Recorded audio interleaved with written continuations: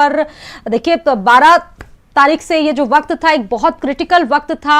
घड़ियां लोग गिन रहे थे कि किस तरीके से परिजन सफल आए और आज का दिन बहुत बड़ी सफलता का। कैसे देख रहे हैं इसको आज? जी, मैं बधाई देना चाहता हूँ इंजीनियर्स को, टेक्नीशियंस को और मजदूरों को जिन्होंने रात दिन उस कठिन परिस्थितियों में काम किया है। जो अंदर फंसे हुए लोग थे उनके परिजनों को कि उन्होंने बड़ी शांति का परिचय दिया और बेसब्री से अपने लोगों का इंतजार कर रहे थे। कोई पैनिक क्रिएट नहीं किया। दिवाली और छठ के त्योहार उनके छूटे हैं।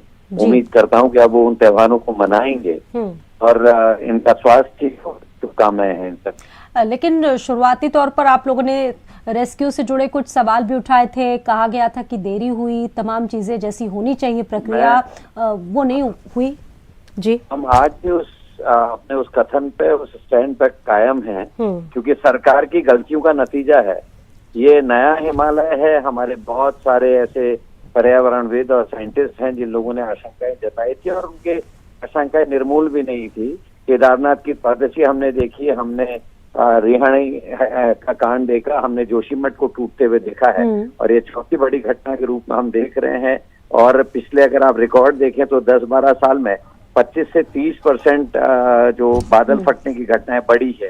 तो ये बड़ा सेंसिटिव इलाका है और इसमें कई बड़े लोगों ने, खासकर ऐसे लोगों ने जिन्होंने टिहरी डैम में टनल्स बनाने का काम किया, 20-20 साल का जिनके पास अनुभव है, 20 किलोमीटर तक लंबी वर्टिकल टनल जिन्हें बनाया, उन्होंने भी कुछ आशंकाएं जताई थी। लेकिन वक्त लंबा लग गया, ये सभी मानते हैं, लेकिन वहां पर हम बहुत सफलतम तरीके से पहुंचे। किसी भी मानव त्रासदी का सामना हमने नहीं किया।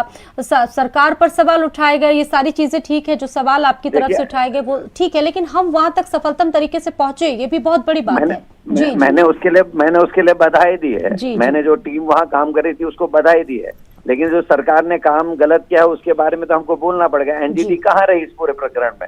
एनजीटी जब किसी गांव का पुल बनना होता है, किसी नहर के किनारे कोई निर्माण होता है जिससे हमारा डेवलपमेंट, उसमें तो एनजीटी कूद पड़ती है। ये ऑल वेदर रोड का जो डिजाइन था वो पहले 7.5 मीटर चौड़ा था।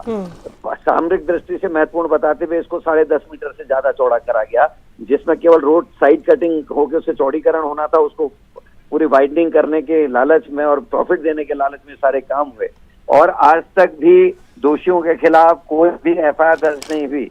वो कौन सी कंपनी के कौन ऐसे मालिक है जिनके दबाव में सरकार ने 17 दिन से कोई कार्रवाई नहीं की? रेस्क्यू ऑपरेशन अपनी जगह है और सरकार का दूसरा काम अपनी जगह, और काम सुचारू रूप से। ठीक है करण जी, बहुत धन्यवाद आपका भारत समाचार के साथ जुड़ने के लिए, अपनी बात कहने के लिए। तो ये कांग्रेस के प्रदेश अध्यक्ष करण माहरा थे जिन्होंने हादसे पर